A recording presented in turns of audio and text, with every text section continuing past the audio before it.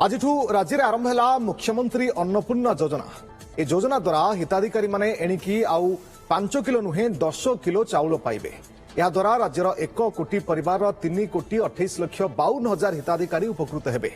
शासन 2 वर्ष पूर्ति अवसर में आज ए योजनार शुभारंभ करिसेंती मुख्यमंत्री मोहन चरण माझी। ए योजना पई खर्च हेबो 8,813 कोटी टंका।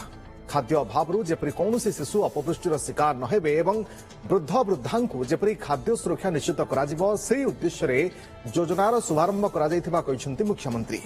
सेहीपरि केंद्र एवं राज्य सरकार मिलित उद्यम रे 574 कोटी टंका व्यय निर्माण हेबो जनाश्रय कोठा। ए अवसर में अंगनवाड़ी कर्मी को स्मार्टफोन दियाजिबा सहित सुभद्रा शक्ति संवाद योजनार शुभारंभ करिसेंती मुख्यमंत्री मोहन चरण माझी।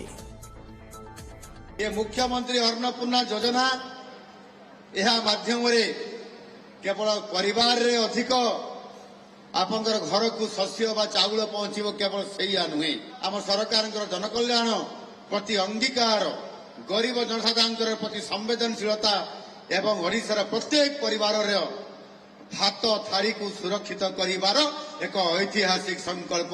मां अन्नपूर्णा कृपारू कौन सी घर रे कौन सी शिशु भोकरे न सहु कौन सी वृद्ध बा वृद्धा खाद्य अभाव कष्ट न पातु यह योजनार हूँ मूल दर्शन।